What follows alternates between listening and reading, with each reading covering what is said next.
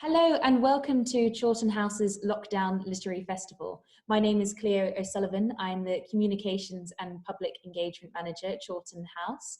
And here with me now is Rowlatt, who is journalist, campaigner, writer, author, everything, spearheaded the Mary on the Green campaign to get Mary Wollstonecraft's statue up in London. So it is so lovely to see you again and to chat about Mary Wollstonecraft. Thank you very much for having me. It's lovely to be back virtually in Chawton House. Oh yeah, and when Bea came to visit, she gave a talk and was so engaging, and it was wonderful to have her there.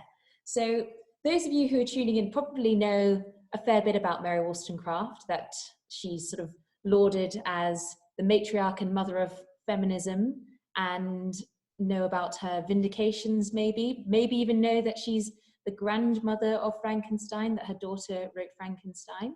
But there's one thing you may not know about her travels in Scandinavia and what brought her there. So Bea's going to tell us about that and how it inspired her own book, if you like. So what she has here is a series of letters. You can see my copy is just a very, very well-loved edition. Oh, it's a series of letters to some unnamed friend, who is, of course, her estranged lover, the father of her child, and proper ne'er-do-well Gilbert Imlay, who she shacked up with in Paris in the teeth of the Reign of Terror. They had a baby. He then ran off with an actress, leaving poor Wollstonecraft and her baby destitute. So the backstory of this book is a really, really juicy one. Basically, she was still in Paris with the baby, and it transpires that her dodgy boyfriend, Gilbert Imlay, has been smuggling. He's an American in Paris, so as an American, very simpatico with the aims of the revolution and with the local administration. And this gives him access. And on the face of it, he's transporting goods in and out. Of course, the crowned heads of Europe are at war with revolutionary France, and he's trading silver and goods taken from the aristocrats. He's trading with neutral Scandinavia, or so they think. It turns out to be a lot darker than that. Wollstonecraft has a sense, at the beginning of the book, she's got a sense that there's something going along, but things darken throughout the course of the letters that she sends back. And the nub of it comes in the winter of 1795, when Gilbert Imlay has loaded and sent off a shipment of silver, fleur-de-lis, aristocratic silverware, loads it into a ship with a Norwegian called Peter Ellefsen, and it goes away and it vanishes. And of course, what can a chap do? Here he is trying to ditch this very tiresome woman, Wollstonecraft, but she is also quite a force of nature. So he decides to harness this force of nature. And she's, of course, now a well-known international celebrity, having penned Vindication of the Rights of Women and been celebrated around the world, Western world. Anyway, he says, you know, will you find my silver, love? Off you go. And why not take the baby? And, you know, I'm not sure what most people would say to an offer like that, but Wollstonecraft, of course, says yes. And baby under one arm, off she goes on what effectively is a treasure hunt. That's what the book is. You recreate Mary Wollstonecraft's journey through Norway, though, don't you? Yes. So having been hooked in by this extraordinary detail, the book itself is a wonderful piece of literature, but it was the story behind the story that just sunk its hooks into me. And I read it first time many, many years ago, but never forgot about it in the way that some books stay very deeply inside you. It was actually just after having my fourth kid that I remember feeling particularly a sort of shrinking of my horizons and just thinking, oh, you know, I'm just buried in a world of Weetabix and Lego. Will I ever emerge from these four walls? A little bit like lockdown. You know, my world just felt like it had shrunk. And I remember thinking, well, hold on a minute. How the hell did she do it? How did Wollstonecraft take a tiny baby, 11 months old, and go off on what was effectively a treasure hunt, a series of wobbly boats, coaches overturning, encounters with all kinds of different people in various countries, whilst trying to hunt down a missing shipment of silver? How did she do it? I mean, this is a time when a lot of men didn't travel on their own. For the detail that just hooked me. So my mystery and see how it compared. I wanted to look at the the narrative arc of writing about women's lives and the place of women in society and how that's changed, in what ways it's changed and what hasn't changed. And actually Travelling with a Baby is a quite good way of exploring that narrative, the way in which women's lives are to a certain extent there's a greater impact on women's lives by the fact of reproduction. And so how on earth did she pull that off was one of my missions. But then actually, the more time I spent in her company and the more I learned about her writing and about her courage, the mission then became one to sort of rescue her from death and from obscurity, because it increasingly struck me as a huge injustice that she's not more famous. And yes, and the circumstances of her death, very, very much fed into that. So that it struck me that another thing that I could do with my writing. So this is my book, following in her footsteps, In Search of Mary, available from etc. etc. But with a Scandinavian feature, and I'm dragging a baby around. And I wanted to sort of, on the one hand, lower the bar to entry to Wollstonecraft and show that it's just a cracking read. She's an amazing woman, and this is an absolutely blockbusting story. But also just tackle the sheer outrage of the fact that most people don't know who she is. Absolutely, yeah. Well, because wasn't it Godwin who he reads her letters and then falls in love with her through the writing? So yeah, it was actually this book, he says, he fell in love. Yes, he fell in love with her because of that, and to a certain extent, so did I. I completely get where he's coming from, because it's a roller coaster read. I mean, much like Wollstonecraft's life itself. In sort of a few short chapters, it's a headlong rush into a really quite extraordinary Enlightenment mind. She was, of course, an early architect of what we now call human rights. She's very widely known for her vindication of the rights of women, but I'm always keen to flag up a vindication of the rights of men, which came 2 years earlier when she was a relative nobody. Wollstonecraft penned this, and what it frames is the idea of humans as rational beings deserving of rational thought, which informs the debate, what we now know as human rights. She was there at the beginning of that thinking. Yes, and the vindication of the rights of men is interesting, isn't it? Because she initially published it anonymously, and then it sells out, and then 3 weeks later Yes, it's a wonderful story, actually. So in 1790, she was still a relative unknown. She obviously had aspirations to be a writer. She was already, she herself, the first of a new genus. She was already at work with the publisher Joseph Johnson. She published reviews. She looked at works in translation. So she was already in that mix, and she was part of this wonderful radical dissenting community based in Newington Green, which is where she kind of flourished and became herself professionally. She described it as "I am the first of a new genus." This idea of living by the pen. But it's in this document that she becomes herself, and the text is amazing because she's experimenting with her voice, with her own narrative voice, and she is of course going into battle with one of the huge authorities of the day. I mean, she's just a fearless writer, but this text is in response to Edmund Burke. Now I've got on my shelf here, I've got a Wollstonecraft shelf. This is Wollstonecraft land, and in the true spirit of was it Michael Gove who had some extreme right-wing literature on his shelf. I do have enemies of Wollstonecraft here, and our old friend Edmund Burke is one of them. And it was Edmund Burke that she went into battle with, because he had a pop at her great friend Richard Price, who was the dissenting minister in Newington Green. Richard Price was, of course, very sympathetic to the ideals of the French Revolution. Edmund Burke, not so much, as the forefather of modern conservatism. So Edmund Burke had unleashed this very long-winded and purple attack on the revolution and all its admirers. And Wollstonecraft was first off the track. She was the first to respond. We, of course, know Thomas Paine, Rights of Man. Wollstonecraft's got in there first. Her Rights of Men came out a mere 6 weeks after the publication of Edmund Burke's attack. And it's really exciting to read, because she spoofs him. She sort of adopts this very puffed up wah, wah, wah, wah, wah, tone of Edmund Burke. She just shakes with contempt, and she pauses to smother her she can't pour enough sarcasm and ridicule on him. But between that, there's glimpses of pure Enlightenment thought. I'll just give you a little blast. And there's a very good reason why everybody in lockdown and everywhere else should be reading Enlightenment, rational philosophy. Here's what she said, and this is the sort of distillation of her argument. It is necessary emphatically to repeat that there are rights which men, i.e. humans, inherit at their birth as rational creatures who were raised above the brute creation by their improvable faculties, and that in receiving these not from their forefathers but from God, prescription can never undermine natural rights.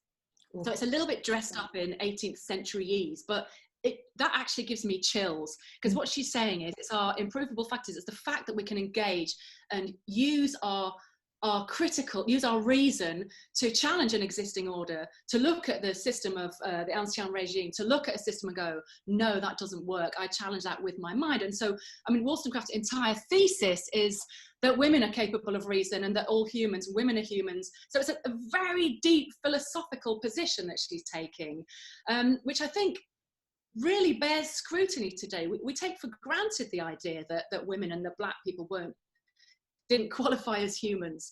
That seems so astonishing to us. And that's what she's challenging there. And it also contains a kernel of, and this is again, part of her Enlightenment thought, the idea that humans are a work in progress. She says improvable faculties. That's very much a kind of getting better. And there's actually a little extract in about sort of 50 to 60 years, I think it is, that human will be pretty much perfect. Oops. So going back to the travels and your travels, when you were abroad, were there any moments when you felt particularly close to Mary Wollstonecraft and her writing? Oh, that's a really interesting question. There was a couple of moments where the thrill of the chase was so intense. I took one of my great inspirations as a writer is the biographer Richard Holmes, who has done a lot of, one of his books is actually called Footsteps, and I was attempting to do a similar Footsteps things. One of the signatures of his work is that he goes to places that were meaningful to writers and sort of tries to soak up the vibe in a very intoxicating way. So when I was traveling around in Wollstonecraft's footsteps, there were a few moments where, in particular, there's one place and it's called Porto, P-O-R-T, an O with a line through it. And it's so tiny, it took me ages to find on the coastal map of Norway. It's just a dot, but she mentions it in her writing. And if I may, I'll just come to her description of it, because, and I've got a couple of photos, I don't know if you're able to share. Yes, I'll see if I can. It's very, very rocky, and you come way up between rocks. Is it this one? Is it? Yeah, so this is the view from Porto, and there's a couple of little wooden houses clinging on, and these are skerries, these the rocks you see out to sea, but the coastline is terrifying and quite baffling. I mean, Norway itself as a country is just the most extraordinary shape. You take a look at it, and this is one of the things that that I'm even more fascinated by in lockdown, is remembering the fabulous places that I've been to, and one of them is most definitely Norway. That coastline is just so dense. It's like a sort of, if you imagine a very large, long, hairy blanket that covers over the top of Scandinavia. It's something like that. And she describes it: we sailed more amongst the rocks and islands than in my passage from Stromstra, and they often formed very picturesque combinations. Few of the high ridges were entirely bare. The seeds of some pines or firs had been wafted by the winds or waves, and they stood to brave the elements. Sitting then in a little boat on the ocean, amidst strangers with sorrow and care pressing hard on me, buffeting me about from clime to clime, I felt like the lone shrub at random cast. And so there's this, you sense the heartbreak that she's managing. At the same time, she knows she's lost the man that she loves. She's out there in a foreign land on a treasure hunt with her baby, and yet she's constantly distracted, partly by the sublime nature of this huge, immense, wild landscape around her. And this triggers a series of interesting reflections. The very next day, she writes, again from the boat, "The view of this wild coast as we sailed along it afforded me a continual subject for meditation. I anticipated the future improvement of the world," she's always doing that, "and observed how much man had still to do to obtain of the earth all it could yield. I even carried my speculations so far as to advance 1 million or 2 years to the moment when Earth would be so perfectly cultivated as to render it necessary to inhabit every spot. Yes, these bleak shores. Imagination went further still and pictured the state of man when the earth could no longer support him. Where was he to fly from universal famine? Do not smile. I really became distressed for these fellow creatures, yet unborn. The images fastened on me, and the world appeared a vast prison. I was soon to be in a smaller one, for no other name can I give to Riese. It would be difficult to form an idea of the place if you have never seen one of these rocky coasts. So the image that we're sharing right now is actually a very gentle scene, but the rocks are absolutely terrifying. It's like a kind of kid's drawing, you know, like zigzag rocks bursting through these dark churning waters. And that's what she's dealing with. And where she mentions their resort, that's the scene of their final showdown with the captain that's done a runner with her boyfriend, Silver. So she realizes that, you know, the entire weight of the mission is pressing down on her, and she's lonely, and she's probably a little bit more scared than she'll let on. She never admits to any kind of fear whatsoever. But I think, you know, it doesn't get more frightening than being on a wobbly boat on the Norwegian coast on a crazy and demented treasure hunt. Gosh. And her child is with her as well. This part of the voyage, she actually left the baby stayed with friends in Sweden. So they travelled together for the first part. She did the chasing along the Norwegian coast after Captain Peter Ellefsen and the final showdown with him. And then she comes back and rejoins her baby, and they travel onwards to Germany. So and she also travels with a maid. So yes, all of the journey that I undertook was places that she'd been to. They weren't all places that she'd been to with her baby. Oh gosh. But like with the showdown, sort of, what happened at the end of that? What was the sort of result? Spoiler alert, they never find the silver. And weirdly, Peter Ellefsen, who was the captain that vanished with it, whilst in the end he won the legal battle that Wollstonecraft brings against him, he didn't end his days wealthy, which he would have thought he would. So there's still a lot of mystery around that. And there's, you know, conspiracy flying around that Gilbert Imlay was involved in something very much darker, that there was, for example, smuggling afoot, that he was, you know, bringing arms out from neutral Scandinavia into Paris, that, you know, all sorts of, and certainly the way that she talks towards the end, she starts quoting Hamlet, which is never a good sign, but she talks about fortunes. She references all sorts of very dark and dirty dealings, and you know, she becomes very bitter and very disgusted with the nature of the business in hand, which she doesn't reveal. But it's all part of the sort of sensational, you know, the story behind the story, again, of this book. But there are beautiful, peaceful moments as well. And there's one in particular which I adore. I think you've got an image there of Tønsberg, which is a lovely Norwegian a town in the south of Norway, which was actually Wollstonecraft's favourite spot. So this is the view from a hill in Tønsberg, which was Wollstonecraft's favourite hill. It was a place that she was so delighted with. She spent quite a lot of time in Tønsberg. She made friends here. She settled down. She began to recover from her own recent attempted suicide, and she recovers her health. And she starts rowing in the sea. She goes and sort of muddles around with jellyfish, and just has a great old time of it. And I ended up just staying in a little youth hostel with my baby Will, right underneath this hill, which was pure fortune. I only made the connection once I was there. I was like, oh my God, this is the actual place. So this was another one where I was so close. I was sort of hyperventilating with the proximity of where I was standing to where she writes these lines. I'll read a little bit from my book, In Search of Mary, which sort of includes lines of Wollstonecraft's letters from Norway. Later in the afternoon, the rain stops, its absence suddenly audible. I seize the moment to go back up onto Wollstonecraft's favourite hill. I pop Will into his buggy, and we barrel back up the steep slopes through the dripping grass.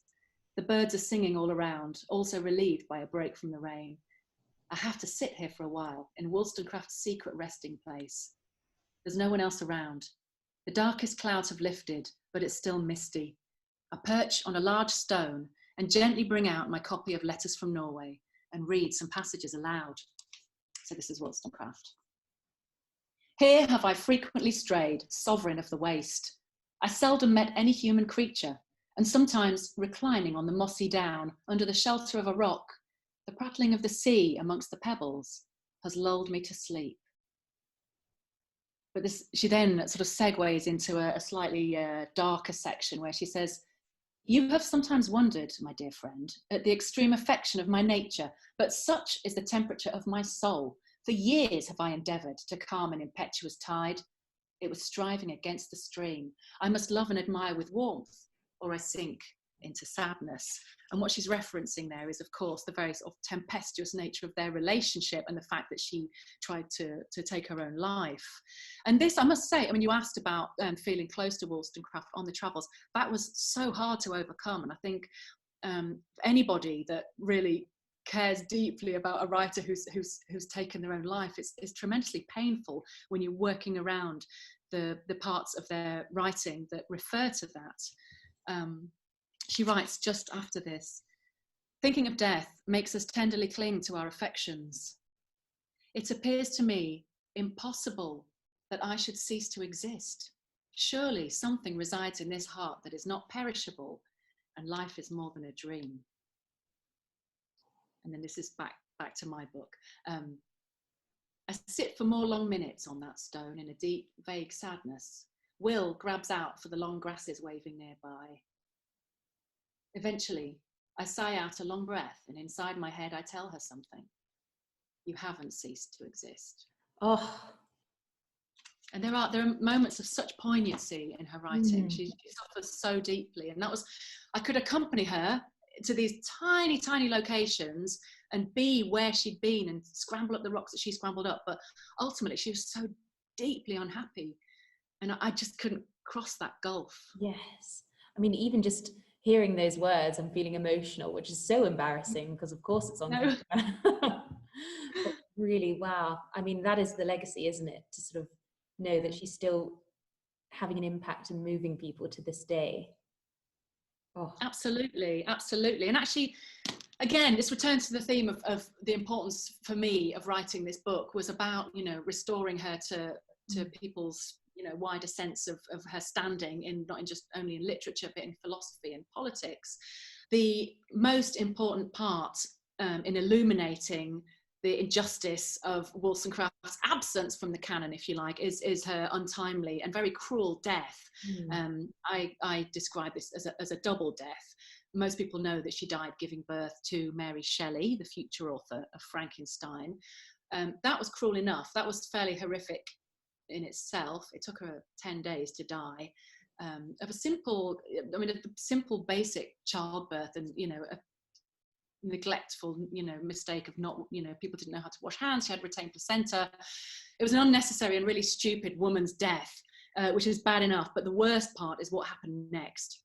So she died at the age of 38, at the peak of her writing powers, with an immense body of work just about to move into the political fiction. She was experimenting with different forms. She was bringing out work, around education and early years education. She had so much to do. She'd finally found a decent guy, William Godwin, so everything seemed to be smiling. And Wollstonecraft.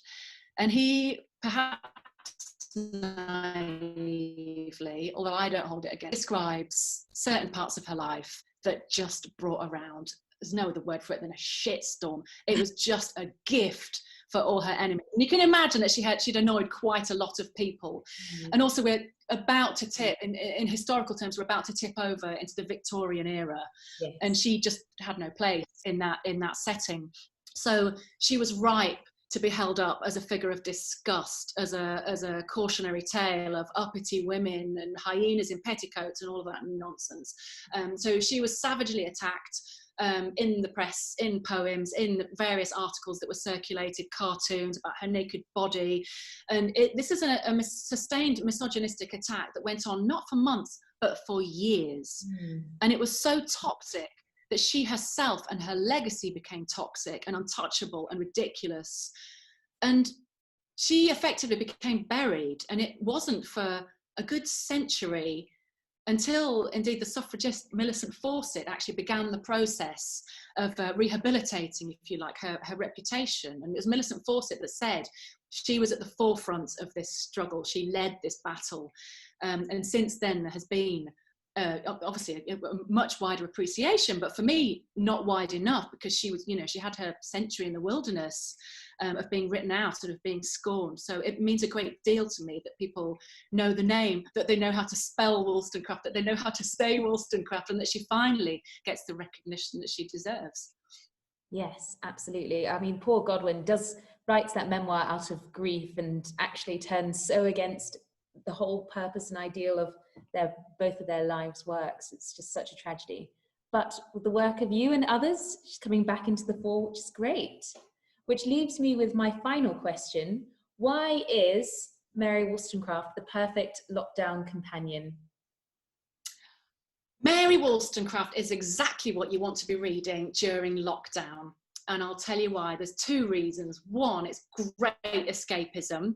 Naturally, this book, I would definitely go for the travels, because in Letters from Norway, you get, it's one of the lesser known of Wollstonecraft's gems, but you get all of the politics of both of her vindications. You get the philosophy, you get the sort of scornful, caustic sarcasm, but you also get this kind of very beautiful, mournful, quite heartbreaking glimpse into her internal life. You feel her feelings about her child, her feelings about herself, a sense of despair.